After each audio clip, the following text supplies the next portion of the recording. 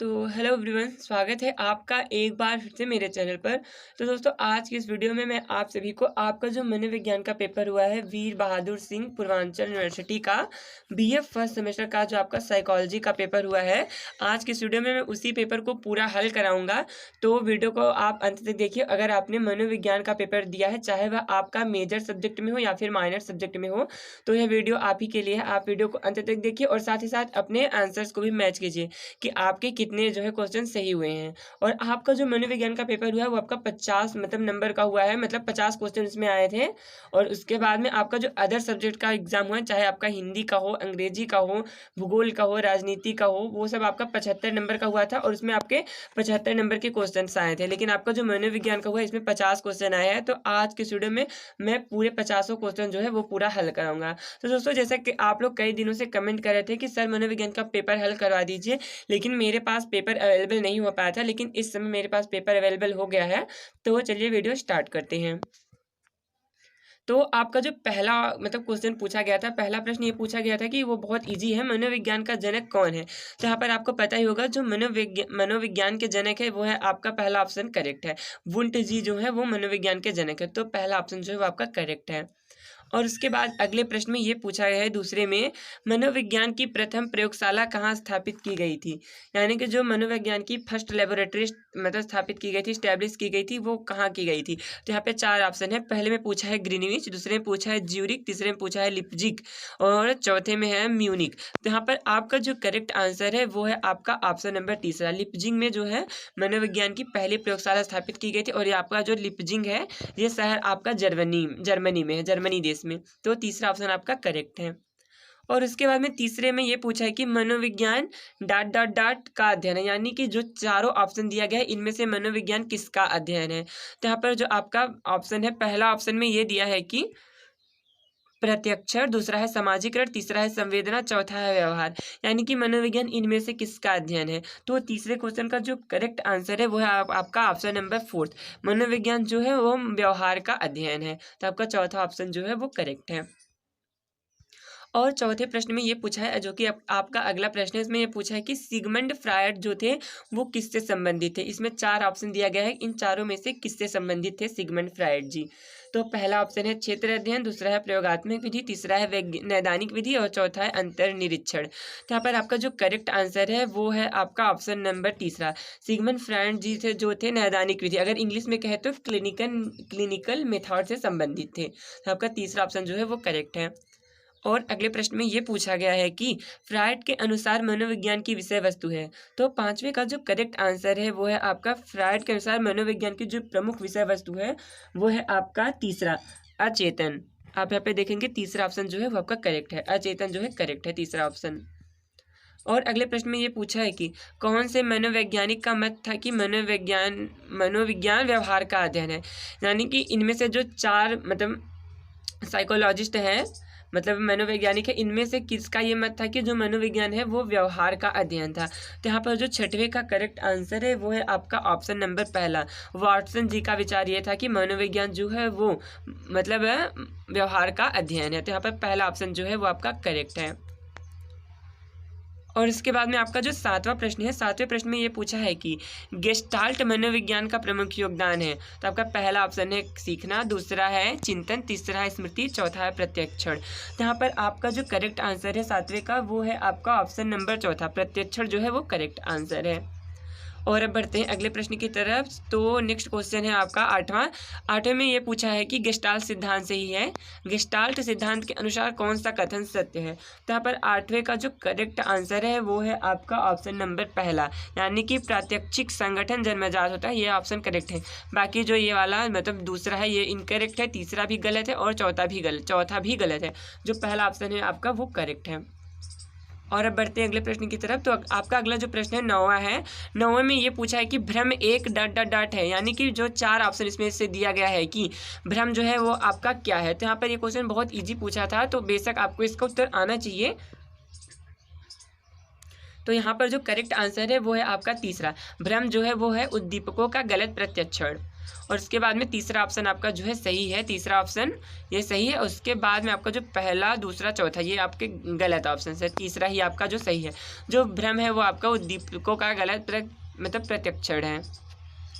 और उसके बाद में 10वें में ये पूछा है कि चयनात्मक अवधान का संबंध है, तो आपका चयनात्मक अवधान का संबंध इनमें से किससे है। तो यहाँ पर आपका जो है 4 ऑप्शन दिए गए हैं। पहला है संपोषण, दूसरा है सुनने की द्विभाजक विधि, तीसरा है भाषा संगठन और चौथा है पूर्ण या शून्य मॉडल। तो यहाँ पर आपका जो करेक्ट आंसर है वो है आपका ऑप्शन नंबर दूसरा, सुनने की द्विभाजक विधि, ये आपका करेक्ट आंसर है। ये मतलब है चयनात्मक अवधान का संबंध है।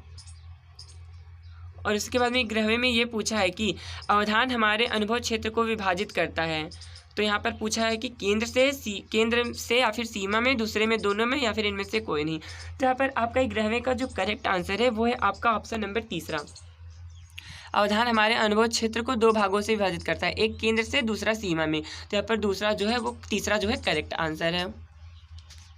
दोस्तों आप अपना आंसर्स मैच कीजिए कि आपके कितने सही हुए हैं, और आप कमेंट कीजिए जिससे मुझे भी आइडिया हो जाए कि आपके कितने आंसर जो है वो सही हैं।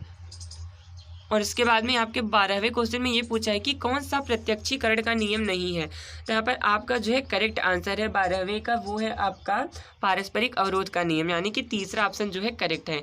ये मतलब प्रत्यक्षीकरण का नियम नहीं है। बाकी जो पूर्ति का नियम है और आपका जो समीपता का नियम है दूसरा वाला, और पहला पूर्ति का नियम, ये समानता का नियम, ये तीनों प्रत्यक्षीकरण के नियम के अंतर्गत आते हैं। बाकी जो आपका तीसरा है तो ये प्रत्यक्षीकरण के नियम के अंतर्गत नहीं आता। तो यहाँ पर आपका जो तीसरा ऑप्शन जो है वो करेक्ट हो जाएगा। और 13वें में ये पूछा है कि सीखना से आप क्या समझते हैं। तो आपका जो है सीखना से आप क्या समझते हैं, पहला ऑप्शन है अभिवृत्ति में परिवर्तन, दूसरा है व्यवहार में परिवर्तन, तीसरा है व्यवहार में अपेक्षाकृत स्थायी परिवर्तन, या फिर चौथा है अनुभव में परिवर्तन। तो सीखना इनमें से मतलब किन चीज़ों में परिवर्तन लाता है। तो यहाँ पर आपका जो है 13वें का करेक्ट आंसर है वो है आपका व्यवहार में अपेक्षाकृत स्थायी परिवर्तन। जो तीसरा ऑप्शन जो है वो आपका करेक्ट है। और इसमें ये पूछा है कि प्राणी का व्यवहार पुस्तक लिखी गई है, यानी कि the behaviour of organism is written by, यानी कि ये जो बुक है प्राणी का व्यवहार, ये किसने लिखा है। तो यहाँ पर आपका जो है पहले राइटर का नाम है पेवलाव, दूसरे का नाम है स्कीनर, तीसरे का नाम है थार्नडाइक, चौथे का नाम है हल। तो यहाँ पर जो आपका 14वें का करेक्ट आंसर है वो है आपका स्कीनर, यानी कि दूसरा ऑप्शन जो है करेक्ट है। प्राणी का व्यवहार नामक पुस्तक के जो लेखक है वो है आपके स्कीनर, तो दूसरा ऑप्शन आपका करेक्ट हो जाएगा। और 15वें प्रश्न में ये पूछा है कि क्रिया प्रसूत अनुबंधक का दूसरा नाम क्या है। तो यहाँ पर आपका 15वें का जो करेक्ट आंसर है वो है आपका साधनात्मक अनुबंधन, यानी कि आपका जो है पहला ऑप्शन जो है वो करेक्ट है। और उसके बाद में 16वें में जो पूछा है प्रश्न में, 16वें प्रश्न में प्राचीन अनुबंध अर्जित होता है धीरे धीरे तेजी से, पहले धीरे धीरे बाद में तेजी से, या फिर पहले तेजी से बाद में धीरे धीरे। तो यहाँ पर जो आपका प्राचीन अनुबंध अर्जित होता है वो आपका 16वें का करेक्ट आंसर है आपका पहले धीरे धीरे बाद में तेजी से। तो तीसरा ऑप्शन जो है वो आपका करेक्ट है। आपका जो प्राचीन अनुबंध होता है वो पहले धीरे धीरे अर्जित होता है, बाद में तेजी से। तो तीसरा ऑप्शन जो है वो आपका करेक्ट है। और उसके में 17वें में ये पूछा है कि विभेदन का विलोम कौन है। तो यहाँ पर विभेदन का जो विलोम है वो है आपका सामान्यीकरण, पहला ऑप्शन जो है वो आपका करेक्ट है 17वें का।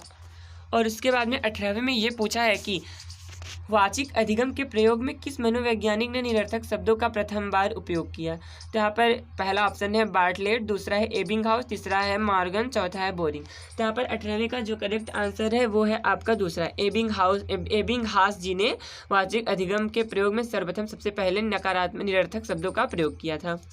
और आपका अगला जो प्रश्न है 19वां, उसमें ये पूछा गया है कि वाचिक सामग्रियों के सीखने में कौन सी विधि अनुपयुक्त है। तो यहाँ पर पहला जो है युग्मित सहचर्य विधि, दूसरा है क्रमिक प्रत्याह्वान विधि, और तीसरा है स्वतंत्र प्रत्याह्वान विधि, और जो चौथा है स्वतंत्र सहचर्य विधि। तो यहाँ पर आपका 19वें का जो करेक्ट आंसर है वो है आपका चौथा स्वतंत्र सहचर्य विधि है।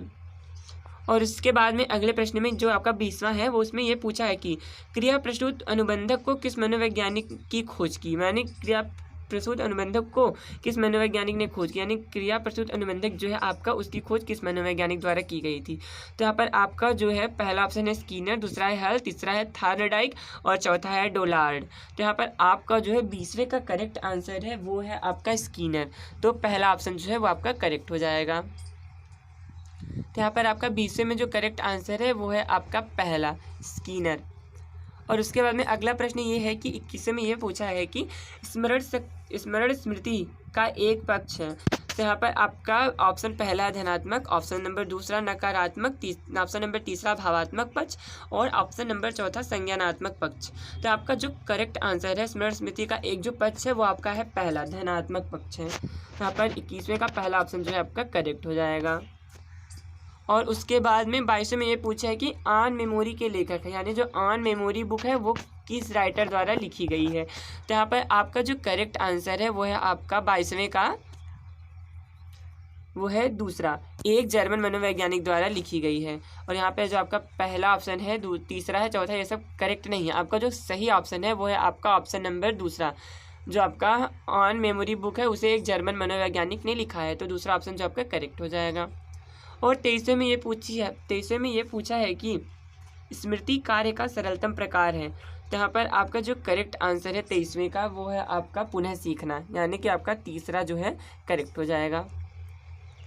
और आपका जो है 24वां में ये पूछा है 24वें प्रश्न में संवेदी स्मृति अभिव्यक्त होती है। तो यहाँ पर आपका 24वें का जो करेक्ट आंसर है वो है आपका मिली सेकेंड्स में, यानी कि तीसरा ऑप्शन जो करेक्ट हो जाएगा।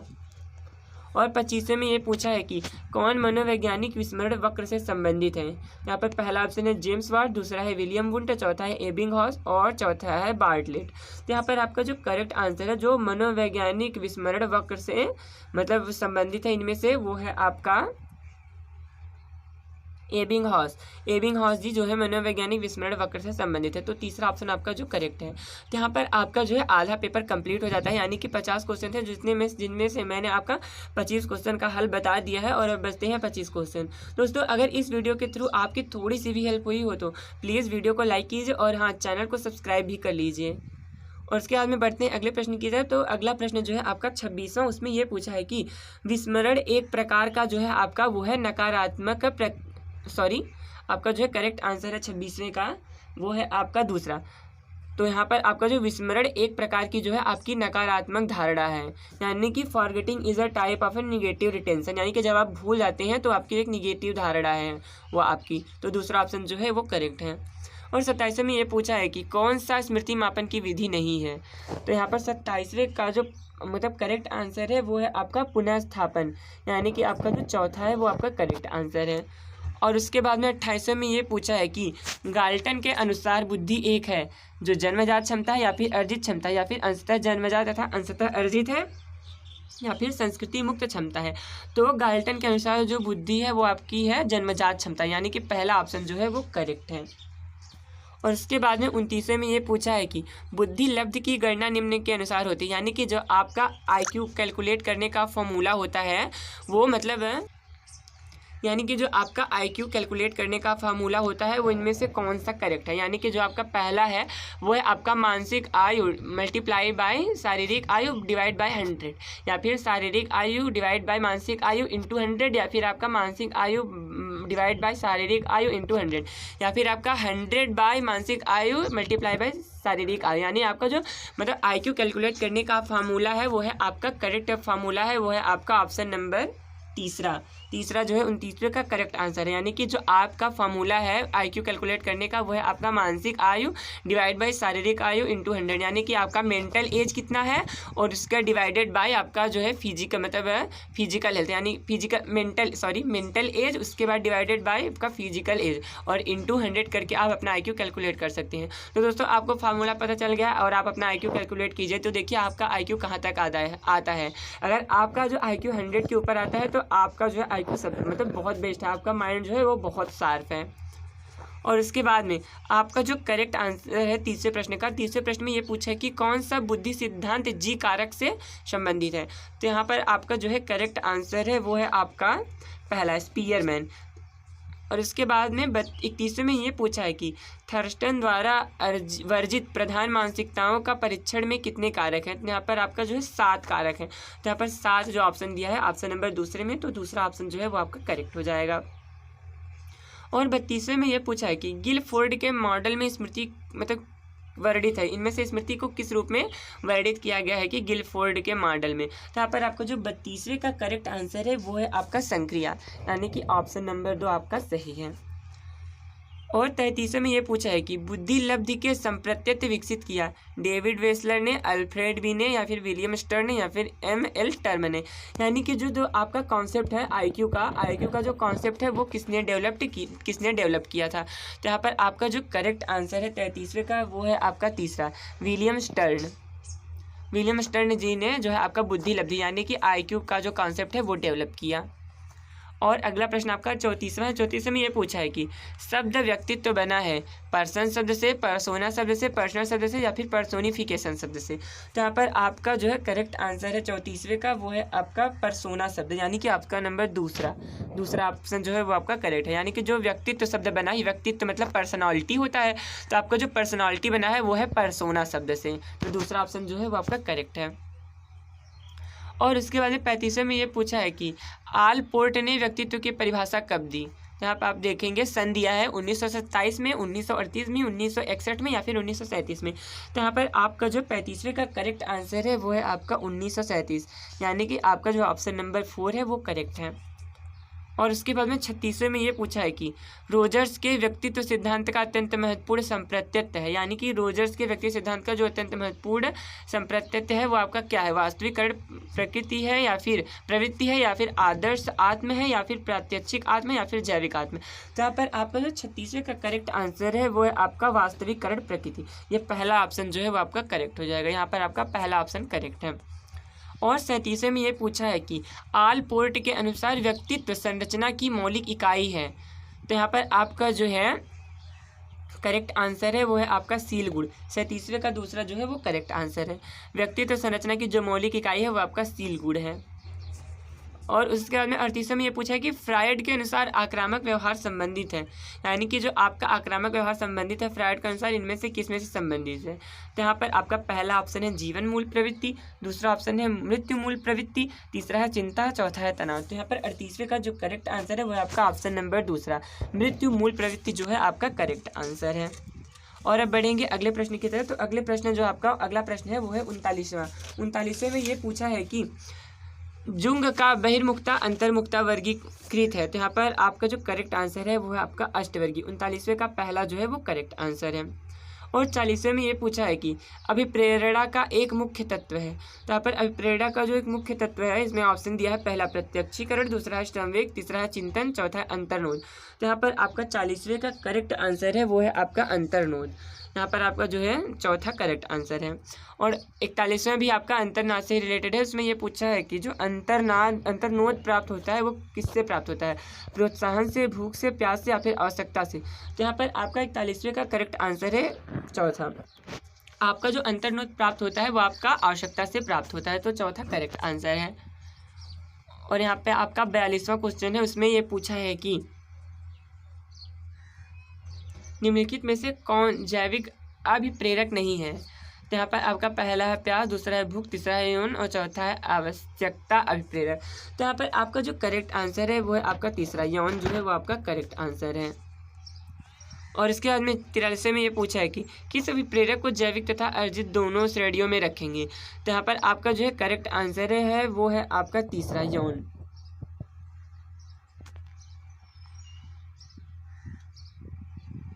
तो तीसरा आपका करेक्ट आंसर है। और सॉरी, जो 42वां का मैंने उत्तर बताया वो आपका मतलब है गलत बता दिया है। तो यहाँ पर आपको जो 42वें में ये पूछा है कि निम्नलिखित में से कौन जैविक अभिप्रेरक नहीं है। तो 42वें का जो करेक्ट आंसर है वो है आपका ऑप्शन नंबर 4, आवश्यकता अभिप्रेरक। तो यहाँ पर आपका करेक्ट आंसर चौथा है। और 43वें में जो आंसर है वो है आपका यौन। अब यानी आप देखेंगे किस अभिप्रेरक को जैविक तथा अर्जित दोनों श्रेणियों में रखेंगे। तो यहाँ पर आपका जो यौन है वो आपका दोनों श्रेणियों में जाता है, जैविक अर्जित दोनों श्रेणियों में। तो आपका तीसरा ऑप्शन जो करेक्ट है। और 42वें का आपका जो है चौथा ऑप्शन, यहाँ पे आप देखेंगे चौथा ऑप्शन करेक्ट था 42वें का, तो मैंने गलती से तीसरा बता दिया था, तो यहाँ पर आप करेक्ट कर लीजिएगा। और आपका जो 44वां है, 44वें में ये पूछा है कि मास्लो के अनुसार आवश्यकता अनुक्रम में किस अभिप्रेरक को अवरोही क्रम में सबसे ऊपर रखते हैं। तो यहाँ पर आपका जो 44वें का करेक्ट आंसर है वो आपका तीसरा, आत्मसिद्धि जो है वो आपका करेक्ट आंसर है। और 45वें में आपका ये पूछा है कि निम्नलिखित में से कौन सामाजिक अभिप्रेरक नहीं है। तो यहाँ पर आपका सामाजिक अभिप्रेरक के अंतर्गत इनमें से कौन नहीं आता है। पहला ऑप्शन है उपलब्धि की आवश्यकता, दूसरा है संबंधन की आवश्यकता, तीसरा है शक्ति की आवश्यकता, चौथा है नींद की आवश्यकता। तो यहाँ पर जो आपका करेक्ट आंसर है 45वें का वो है आपका नींद की आवश्यकता जो है वो आपका है सामाजिक अभिप्रेरक के अंतर्गत नहीं आता। और उसके बाद में 46वें में ये पूछा है कि कौन सी संवेग की विशेषता नहीं है। पहला ऑप्शन है संवेग विकिरण है, या फिर संवेग प्रेरणात्मक है, या फिर संवेग संचयी है, या फिर संवेग सातत्य नहीं है। तो यहाँ पर आपके जो संवेग की विशेषता नहीं है उनमें से आपका जो करेक्ट आंसर है 46वें का वो है आपका चौथा, संवेग सातत्य जो है वो नहीं है, ये आपका करेक्ट आंसर है और ये आपका संवेग का कैरेक्टरिस्टिक्स नहीं है। और 47वें में ये पूछा है कि मस्तिष्क का कौन सा भाग संवेग का केंद्र होता है। तो यहाँ पर आपका जो है करेक्ट आंसर है 47वें का वो है ऑप्शन नंबर दूसरा। आपका जो हाइपोथैलेमस होता है ह्यूमन ब्रेन का पार्ट, वो आपका इमोशन का सेंटर होता है, यही इमोशन को आपका जो है कंट्रोल करता है। और 48वें में ये पूछा है कि निम्नलिखित में से कौन सा सामाजिक अभिप्रेरक का वर्णन करता है। तो 48वें का जो करेक्ट आंसर है वो है आपका पहला, प्रतिष्ठा। और अब बचते हैं आपके दो क्वेश्चन 49वां और 50वां। तो 49वें में ये पूछा है कि निम्नलिखित में से कौन संवेग में सम्मिलित नहीं है। तो यहाँ पर है आत्मनिष्ठ संज्ञानात्मक अवस्था, या फिर मूल प्रवृत्ति, या फिर अव्यक्त व्यवहार, या फिर दैहिक परिवर्तन। तो यहाँ पर आपका जो है करेक्ट आंसर है वो आपका ऑप्शन नंबर दूसरा, मूल प्रवृत्ति जो है आपका करेक्ट आंसर है। तो यहाँ पे देखेंगे जो आपका 49वां प्रश्न है उसका जो करेक्ट आंसर है दूसरा, मूल प्रवृत्ति। और इसके बाद में 50वां जो है करेक्ट आंसर है, 50वां प्रश्न है जो पूछा है 50वें प्रश्न में, उसमें ये पूछा कि निम्नलिखित में से किस संवेग सिद्धांत द्वारा यह बताया गया है कि संवेग का आधार शरीर में आंतरिक परिवर्तन है। तो आपका जो करेक्ट आंसर है वो है आपका जेम्स लांजे सिद्धांत। इसी सिद्धांत के द्वारा यह बताया गया कि संवेग जो है संवेग का आधार शरीर में आंतरिक परिवर्तन है। तो दोस्तों यहाँ पर आपका जो है मनोविज्ञान का भी पेपर आपका हल करा दिया है मैंने कंप्लीटली 50 क्वेश्चन पूरा। तो आप अपने आंसर्स मैच अगर किए होंगे तो यहाँ पर आप मुझे कमेंट कीजिए कि आपके जो है कितने क्वेश्चन सही हुए हैं, और आपको नेक्स्ट वीडियो सोल्यूशन मतलब आपका जो है नेक्स्ट एग्जाम पेपर सोल्यूशन किस सब्जेक्ट का चाहिए तो आप मुझे कमेंट कर सकते हैं। और हाँ, आपके जितने भी दोस्तों ने मनोविज्ञान का पेपर दिया है आप उन्हें ये वीडियो शेयर कीजिए ताकि वो भी अपना आंसर्स मैच कर लें कि उनके कितने सही हुए हैं। और आप मेरे चैनल को सब्सक्राइब भी कर लीजिए, क्योंकि इस चैनल पर मैं आपका जो वीर बहादुर सिंह पूर्वांचल यूनिवर्सिटी से रिलेटेड आपका जितने भी एग्जाम से जुड़ी चीज़ें हैं, आपका चाहे एग्जाम पेपर हो, एग्जाम नोटिस हो, उस पर मैं वीडियो बनाता रहता हूं। तो आप चैनल को सब्सक्राइब कर लीजिए और साथ ही साथ बेल आइकन को भी प्रेस कर लीजिए।